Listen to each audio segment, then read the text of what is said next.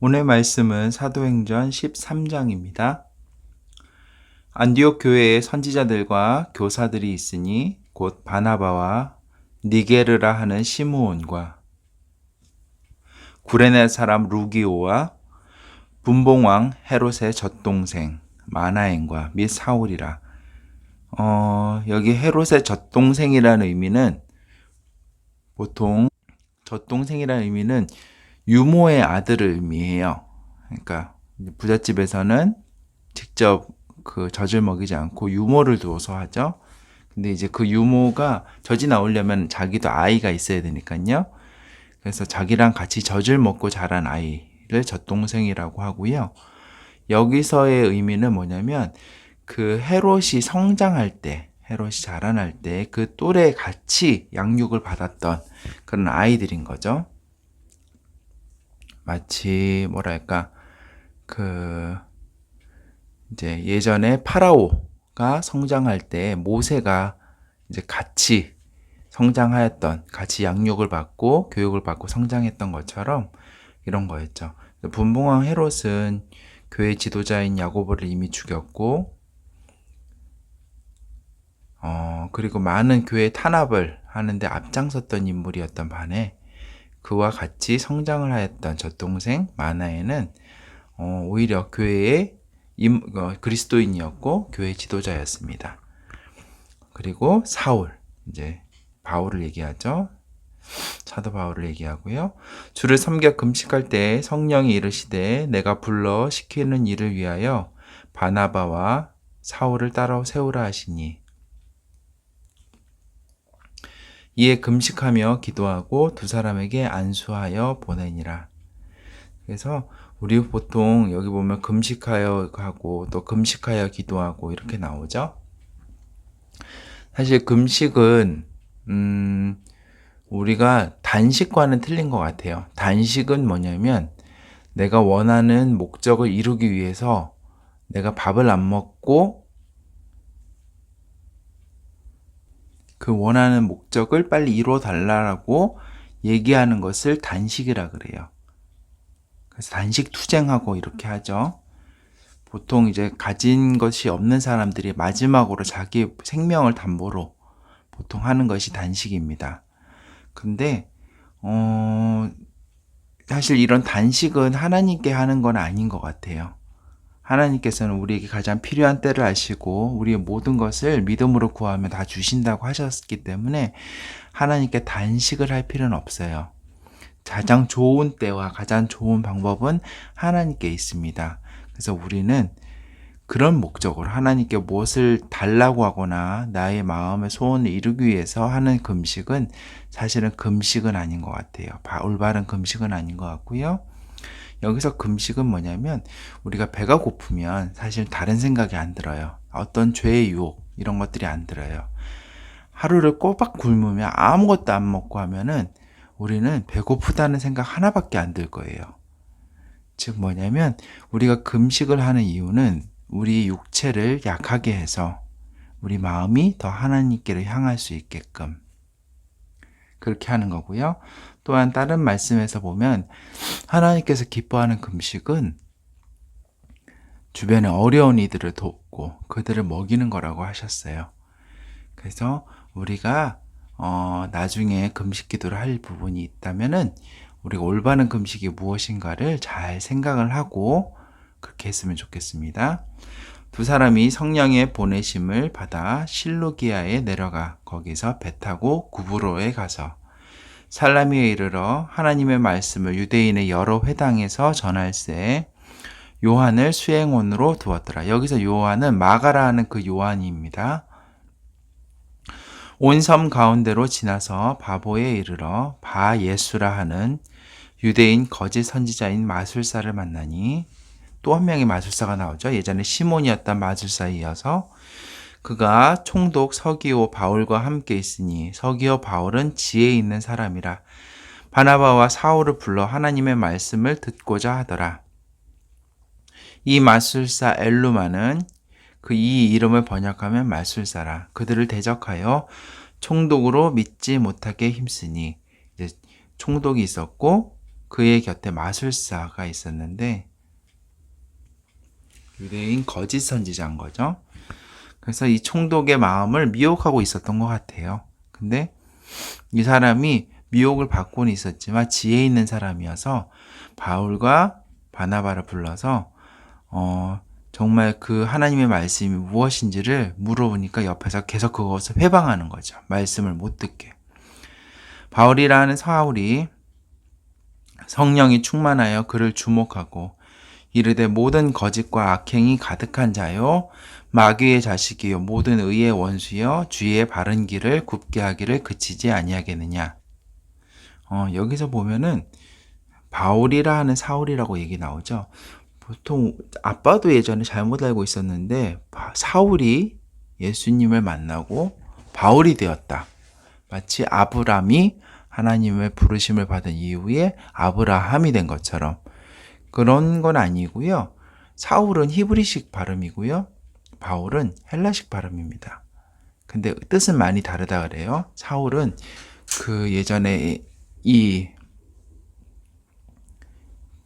사울의 먼 조상인 그리고 유대의 초대 왕이었던 그 사울의 왕 베냐민 지파의 첫 번째 왕이었던 사울의 이름을 딴 어떤 정말 그런 좋은 의미에서 이름이었다면 바울은 작은 자라는 뜻이죠. 그래서 그 같은 이름인데 이제 그렇게 표현이 되고 있는 거고요. 그리고 사도 바울이라 표현한 이유는 자기 자신에 대해서 더 이상 강한 자, 자신의 어떤 가지고 있는 것을 자랑하는 자가 아니라 자신이 연약해지고 자신은 아무것도 아니고 오직 예수 그리스도만 나타내는 그의 뜻을 그 이름으로 나타내고 있는 겁니다.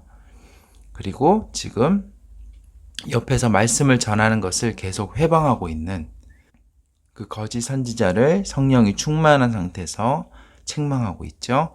이르되 모든 거짓과 악행이 가득한 자요 마귀의 자식이요 모든 의의 원수여 주의 바른 길을 굽게 하기를 그치지 아니하겠느냐. 보라 이제 주의 손이 내 위에 있으니 내가 맹인이 되어 얼마 동안 해를 보지 못하리라 하니 즉시 안개와 어둠이 그를 덮어 인도할 사람을 두루 구하는지라. 이에 총독이 그렇게 된 것을 보고 믿으며 주의 가르치심을 놀랍게 여기니라. 바울과 및 동행하는 사람들이 바보에서 배 타고 밤빌리아에 있는 버가에 이르니 요한은 그들에게서 떠나 예루살렘으로 돌아가고 그들은 버가에서 더 나아가 비시디아 안디옥에 이르러 안식일에 회당에 들어가 앉으니라.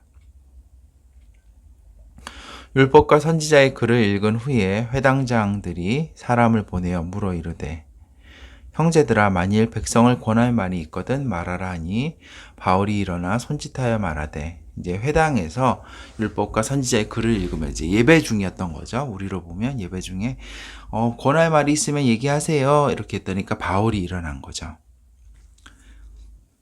이스라엘 사람들과 및 하나님을 경외하는 사람들아 들으라. 이 이스라엘 백성의 하나님이 우리 조상을 택하시고 애굽 땅에서 나그네 된 그 백성을 높여 큰 권능으로 인도하여 내사 광야에서 약 40년간 그들의 소행을 참으시고 가나안 땅 7족속을 멸하사 그 땅을 기업으로 주시기까지 약 450년간이라. 그 후에 선지자 사무엘 때까지 사사를 주셨더니 그 후에 그들이 왕을 구하거늘 하나님이 베냐민 지파 사람 기스의 아들 사울을 40년간 주셨다가 패하시고 다윗을 왕으로 세우시고 증언하여 이르시되 내가 이새의 아들 다윗을 만나니 내 마음에 맞는 사람이라 내 뜻을 다 이루리라 하시더니 하나님이 약속하신 대로 이 사람의 후손에서 이스라엘을 위하여 구주를 세우셨으니 곧 예수라. 그가 오시기에 앞서 요한이 먼저 회개의 세례를 이스라엘 모든 백성에게 전파하니라. 요한이 그 달려갈 길을 마칠 때에 말하되 너희가 나를 누구로 생각하느냐?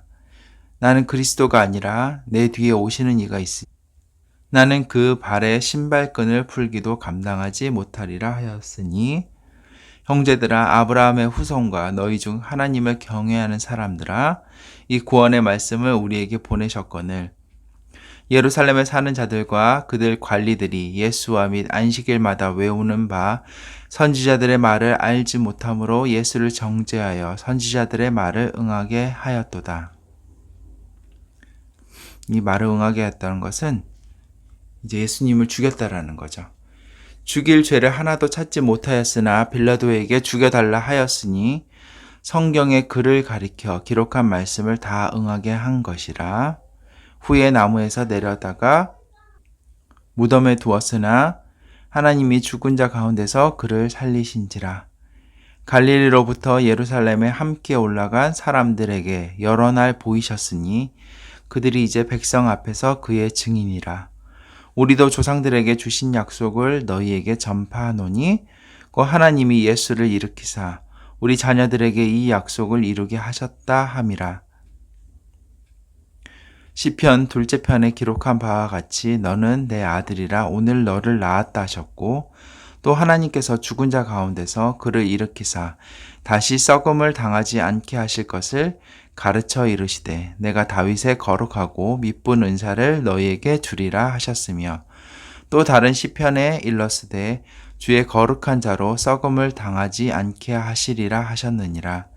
다윗은 당시에 하나님의 뜻을 따라 섬기다가 잠들어 그 조상들과 함께 묻혀 썩음을 당하였으되 하나님께서 살리신 이는 썩음을 당하지 아니하였나니 그러므로 형제들아 너희가 알 것은 이 사람을 힘입어 죄사함을 너희에게 전하는 이것이며 또 모세의 율법으로 너희가 의롭다 하심을 얻지 못하던 모든 일에도 이 사람을 힘입어 믿는 자마다 의롭다 하심을 얻는 이것이라. 그러니까 성경에서 예수님에 대해서 응하였고 모세의 율법을 통해서도 정말 그 의롭다 하심을 얻지 못하지만 예수님을 통해서 의롭다 하심을 얻을 수 있고 그 다음에 그 모든 믿음의 조상들도 죽어서 다 썩어졌지만 예수님을 통해 하나님께서 살리신 이는 썩음을 당하지 않을 것이다. 이 복음을 전하고 있죠. 그런즉 너희는 선지자들을 통하여 말씀하신 것이 너희에게 미칠까 삼가라. 일러스되 보라 멸시하는 사람들아 너희는 놀라고 멸망하라. 내가 너희 때를 당하여 한 일을 행할 것이니 사람이 너희에게 일러줄지라도 도무지 믿지 못할 일이라 하였느니라 하니라. 그러니까 선지자를 통해서 너희들 이 말을 믿지 않고 그러면은 너희들 멸망할 수밖에 없어. 이 말이 너희에게 이루어지지 않았으면 좋겠어. 라고 이제 바울이 그 말을 마치고 있습니다. 그들이 나갈새 사람들이 청하되 다음 안식일에도 이 말씀을 하라 하더라. 회당의 모임이 끝난 후에 유대인과 유대교에 입교한 경건한 사람들이 많이 바울과 바나바를 따르니 두 사도가 더불어 말하고 항상 하나님의 은혜 가운데 있으라 권하니라. 그 다음 안식일에는 온 시민이 거의 다 하나님의 말씀을 듣고자 하여 모이니 유대인들이 그 무리를 보고 시기가 가득하여 바울이 말한 것을 반박하고 비방하거늘 바울과 바나바가 담대히 말하여 이르되 하나님의 말씀을 마땅히 먼저 너희에게 전할 것이로되 너희가 그것을 버리고 영생을 얻기에 합당하지 않은 자로 자처하기로 우리가 이방인에게로 향하노라. 먼저 예수님께서 그랬죠. 먼저 예루살렘과 유다와 사마리아와 땅끝까지 이르러. 그러니까 순서가 예루살렘, 유대, 사마리아, 땅끝 이렇게 가는 거죠. 그래서 바울도 내가 먼저 너희에게 복음을 전했어. 근데 너희가 정말 나는 그걸 받지 않겠어라고 영생을 얻기에 합당하지 않은 자로 스스로 만들었다는 거죠. 그래서 나는 전했고 너희들 행동에 인해서 그것들이 지금 다른 데로 가는 거야. 이 복음이 이방으로 향하는 거야 라고 얘기를 하는 거죠. 주께서 이같이 우리에게 명하시되 내가 너를 이방의 빛으로 삼아 너로 땅끝까지 구원하게 하리라 하셨느니라 하니 이방인들이 듣고 기뻐하여 하나님의 말씀을 찬송하며 영생을 주시기로 작정된 자는 다 믿더라. 주의 말씀이 그 지방에 두루 퍼지니라. 이에 유대인들이 경건한 귀부인들과 그 신의 유력자들을 선동하여 바울과 바나바를 박해하게 하여 그 지역에서 쫓아내니 두 사람이 그들을 향하여 발에 티끌을 떨어버리고 이고니온으로 가거늘 제자들은 기쁨과 성령이 충만하니라. 여기서도 보면은 바울과 바나바가 복음을 전하는 데 있어서 그 가장 걸림돌이 되는 사람이 하나님을 믿는 자들, 유대인들이었어요. 그들은 하나님을 믿고 그리고 정말 경건한 귀부인들과 신의 유력자들이었죠. 그 당시에 그 이방 땅에서 유대인들의 그 중심에 하고 있던 그 유대 사회의 중심축을 하고 있던 사람들이 오히려 이 복음을 전하는 데서 가장 큰 걸림돌이 되고 위협이 되는 것을 보게 됩니다. 그래서 우리도 한번 스스로 돌아봤으면 좋겠어요. 내가 하나님의 복음을 전파하는 데 있어서 도움이 되는 사람인가? 아니면 오히려 나의 모습과 나의 말과 나의 행동을 인해서 복음이 전해지는데 오히려 걸림돌이 되지는 않는가? 우리는 우리 스스로를 늘 돌아보아야 됩니다. 아멘. 오늘은 여기까지 하겠습니다.